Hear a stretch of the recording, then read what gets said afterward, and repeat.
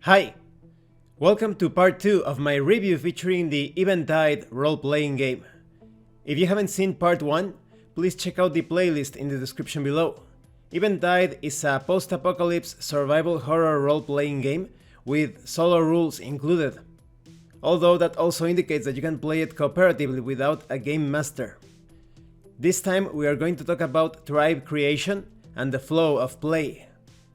If the players decide that their characters have been traveling together for a while, it may be worthwhile to formalize their grouping by establishing a tribe. A tribe is a group of wanderers in Eventide with their own resources, beliefs, shortages, and surpluses. Having a tribe shouldn't dictate how the game is played. It is merely there to add more flavor and narrative potential to the gameplay. Players can choose to not formalize their group as a tribe and still have a fantastic game of Eventide. Later on in the campaign, players may decide to fill out the tribe sheet once their group gets more established and settled. If the players wish to establish a tribe, they will need a tribe sheet. You need to follow certain steps to create a tribe. Let's talk about those steps. First, you name the tribe. The players come up with a name for their tribe and record it on the tribe sheet. Then you record members. You write down the names of the characters who are part of the tribe. Next, you determine location. The group decides where the tribe is based, making a note of the location on the tribe sheet. If the tribe doesn't have a set location and moves from place to place, you write nomadic under the location section. Then you establish drive. A tribe's drive is their core focus. What are they all about? Why do they keep going and stick together? What do they want to accomplish? If the players know what this is, they can make a note of it on the tribe sheet, but it is also fine to leave this section blank for the time being. Often a tribe's drive will reveal itself during the course of play. Next, you determine shortage and surplus. Shortages and surpluses are exactly that, things that the tribe lacks and things that the tribe has a lot of. Determining shortages and surpluses is a great way of giving your tribe some direction, as well as some leverage in the wasteland. What do we need? What can we offer? To determine the tribe's shortage and surplus, you roll twice on a table and fill in the results on the tribe sheet. The shortage and surplus cannot come from the same row, so you need to reroll any doubles. So maybe you have a shortage of food, but a surplus of weapons. Or maybe a shortage of shelter, but a surplus of transportation. Next, you establish threat. A tribe's threat is something that poses a risk to their prolonged survival.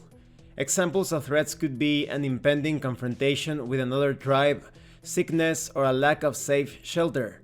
If the players know what their starting threat is, they can make a note of it in the threat section of the tribe sheet. Threats, just like drive, often reveal themselves during play. So if the players wish, they can leave this section blank and fill it in when the threat reveals itself. Next, you generate resources. Tribes usually have a collection of shared resources which they have all gathered as a group. Players can still track their character's own individual collection of resources on the character sheet if they wish, or they can add anything they mine or salvage to the group's collection. You also build inventory. The players get currency, which are the shards in this setting, to spend as they wish on gear for the tribe. These items and shards form a shared tribe inventory. Any gear purchased along with leftover shards are recorded in the tribe inventory section of the tribe sheet. Players can also refer to their tribe surplus and add a reasonable amount, according to the game master's discretion, of the surplus to the tribe inventory for free. Then you determine affinity. The tribe affinity section represents your tribe's relationship with other tribes across the island.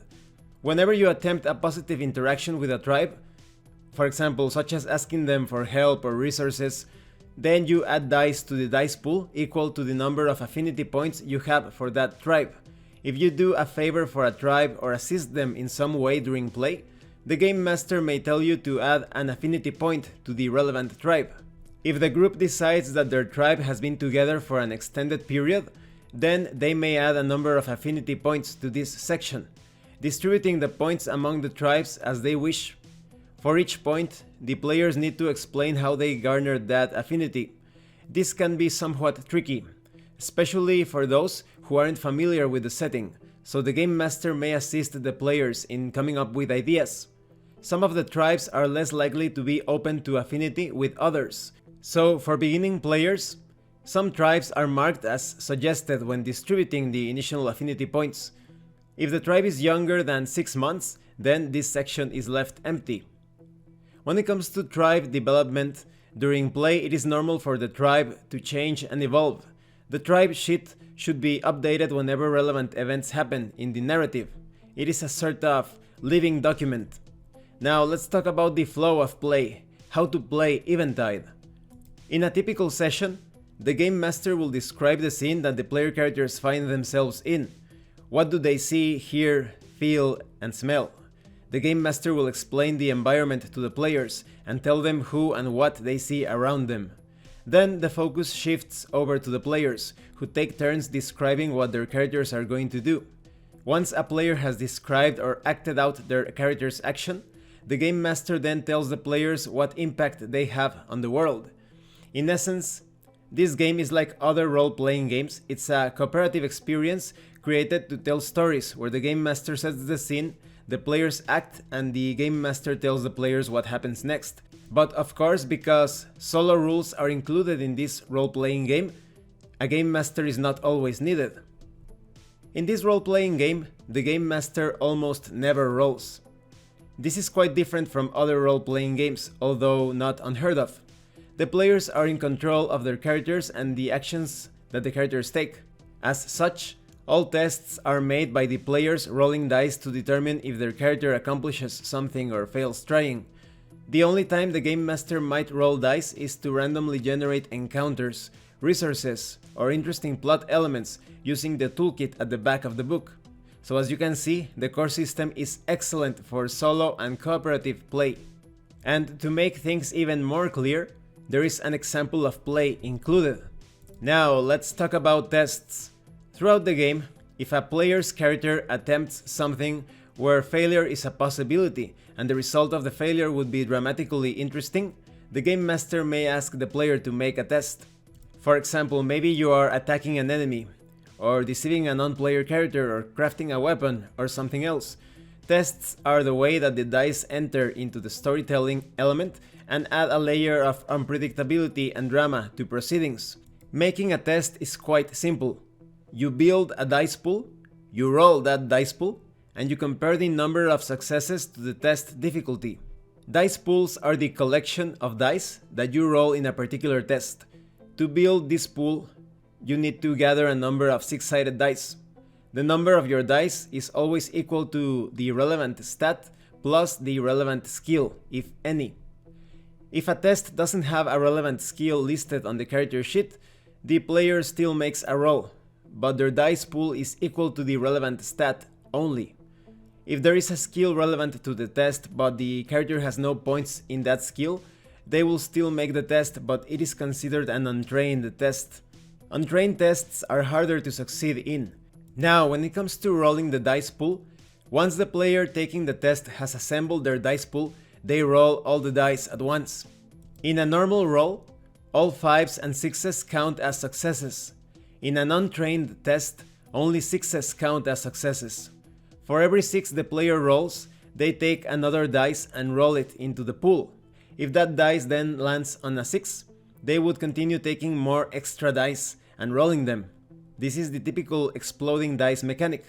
Exploding 6s are a great way to occasionally have characters perform amazing feats far beyond what they would usually be capable of, and can lead to some nail-biting moments around the table. Once the player has finished rolling all their dice, they then move on to the final stage of the process, comparing the number of successes rolled with the test difficulty.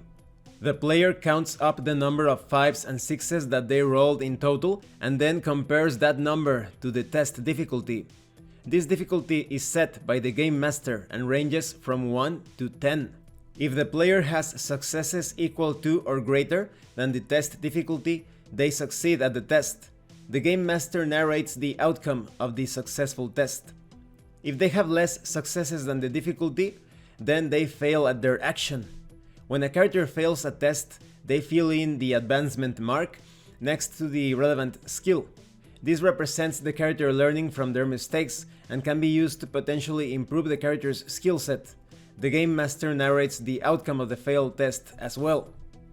Now, concerning test difficulty, the game master will set this difficulty of most tests in the game, and this is basically the number of successes as previously explained, but you have a guideline to properly apply this difficulty.